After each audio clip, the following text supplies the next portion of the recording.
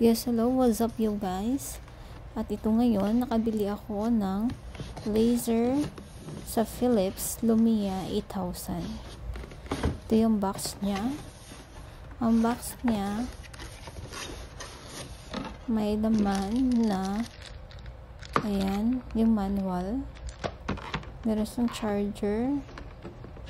Ito yung laser. Tsaka meron siyang mga heads niya. So yun guys, meron din siyang bag na kasama para pwede mo ilagay dyan ang Lumia, or pwede mo din siyang gawing makeup bag. So, dalawa yung modes niya. Ito is para sa face at ito naman ay para sa body. So try na natin. So guys, by the way pala, for information, hindi na talaga ako nagagamit ng wax or nagpa-pluck or anything. Laser na lang talaga. Kasi pagod na ako guys. Dati nagbabayad ako ng 200 per sessions. But naisip ko, bilhin na ako ng sarili kong laser. Para mas matagal ko pa siyang magamit. At the same time, mali-laser ko kung saang part ng katawan ko gusto kong i-laser.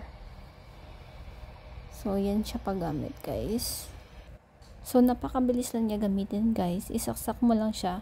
Tapos, ayan, ilagay mo siya sa saang part mo siya gustong gamitin. Ayan, dito sa kilikili. Kasi matagal-tagal na din ako hindi nakapag-laser. So, ganito lang yan siya.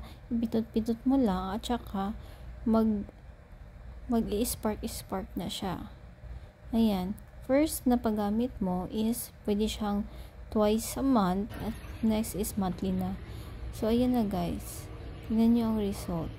Makikita nyo pa ang result yan for the next few days. Ayan.